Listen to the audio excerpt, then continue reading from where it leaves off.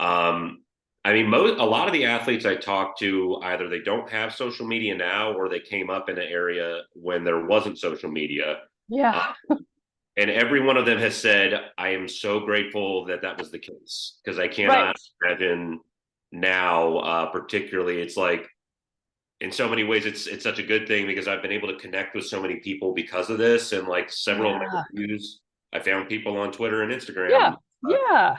But then It another can area, have its advantages, but also, just that idea that anybody, anything that you do is out there. If someone with a cell phone can grab a recording of that and it lives on forever, there's a lot of pressure to that. And then there's also a lot of really difficult things that can happen and kind of continue to come up for athletes when they've engaged in behavior that they regret. And in many ways, it's really hard for them to be able to ever let that just it always shows up, and so it adds to the pressure, and then it also adds to the difficulty that people have when they are in recovery, because now it's out there and people have a certain view of them, and it just kind of compounds the difficulty that they might have with getting help or feeling like they can reach out, and people judging them and so forth. So yeah, it's I also hear that often from kind of that generation, or who've either pulled back from social media, or who are older and went through a lot of their difficult times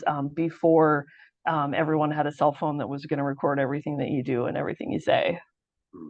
absolutely. Because I mean, ranging anywhere from now, I mean, I'm seeing like 14, 15-year olds on Huddle. I mean, there's, 13-year-old middle school quarterbacks on Twitter. I mean, and it's anywhere from big stuff like, somebody sent out a ill-advised tweet at 15 and now they're 20 and they're Yeah. being accountable for it. Anywhere from that to just, hey, he's 16 and he threw an interception in the game and everybody on Twitter's like, this guy's trash, forget him. Exactly.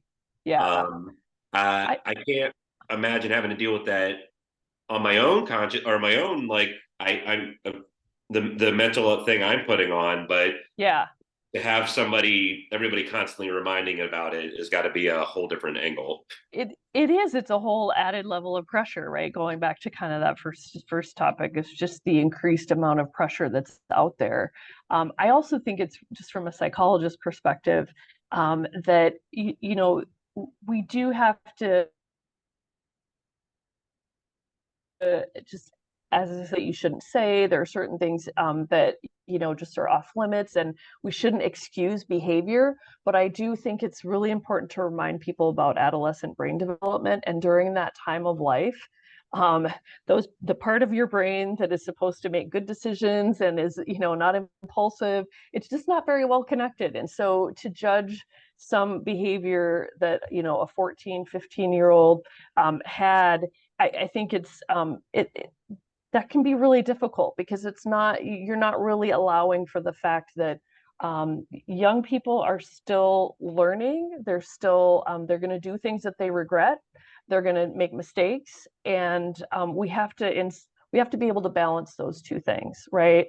Not that we want to excuse really terrible behavior, but we also just have to accept that that's a part of brain development, and that adolescents, again, that they're going to make mistakes. And to me, the more important thing is, when you make a mistake and you learn from it, what are you going to do next? Can you pivot? Is there learning there? Is there a way to kind of really incorporate that and actually have a better understanding of why you shouldn't do something? I think that that's the most important part, and oftentimes that doesn't get focused on, because people have been canceled, or they've been and then that's the end of it. And so a lot of that learning doesn't take place, or we don't get to see that learning that takes place.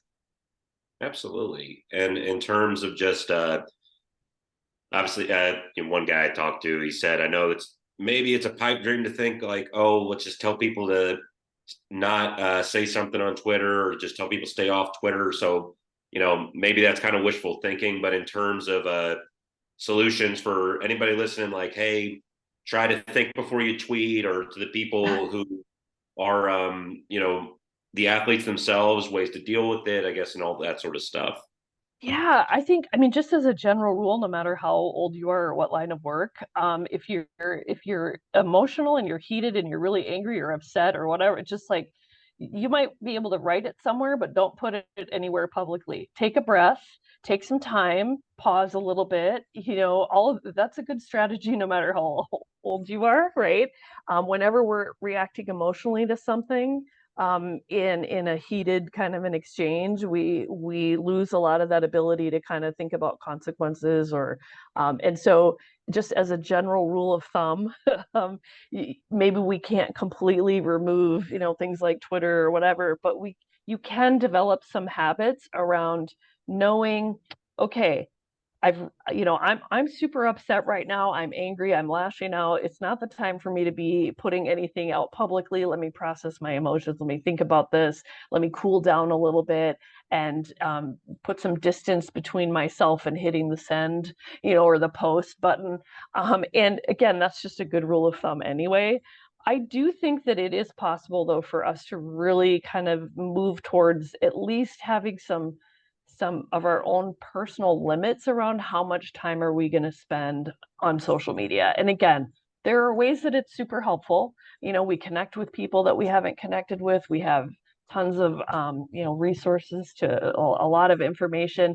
So there's ways that it can be really helpful, but we also don't need to be on it all the time, right? Too much of anything, that old adage of everything in moderation, you know, come up with some really good strategies for yourself of how much time is too much for being online. If you're a parent with teenagers, I know it's almost impossible to think of that, but for the athletes that we work with, whether they're young or whether they're elite athletes, kind of helping them to figure out at what point is this no longer beneficial for me? And then at that point, I need to shut it off, or I need to, what is this doing for me? Well, how else can I find this?